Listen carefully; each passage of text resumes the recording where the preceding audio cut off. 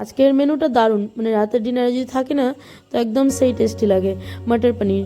তো বানিয়ে ফেলতেই পারো তোমরা, অবশ্যই একবার হলেও ট্রাই করতে পারো। একদম ঝটপট ইজি ওয়েতে বানিয়েছি, এর থেকে সহজ মানে সহজ পদ্ধতি আমার মনে হয় না আর আছে। পনিরটাকে ভালো করে মানে কেটে নিয়ে ক্যাপসিকাম, পেঁয়াজ, নুন, একটু হলুদ, একটু লঙ্কা গুঁড়োতে ভালো করে ভেজে নিয়েছি, হালকা হালকা করে ভেজে নিয়ে তুলে রেখেছি। এদিকে একটা মশলা যেটা থাকলে যে কোনো রান্নার জন্য মানে একদম যে কোনো রান্নার টেস্টি, পেঁয়াজ, টমেটো, আদা, রসুন, কাজু, মগজ, কাঁচা লঙ্কা ভালো করে ভেজে নিয়ে গ্রাইন্ড করে নিয়েছি ওইদিকে।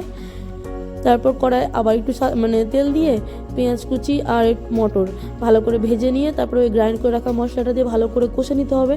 সাথে একটু গুঁড়ো মশলা অ্যাড করেছি, ধনে জিরে গুঁড়ো, নুন, হলুদ, চিনি, লবণ যেটুকু লাগে এটুকুটা বেসিক মশলা ভালো করে কষে নিতে হবে তেল ছাড়া অবধি একদম।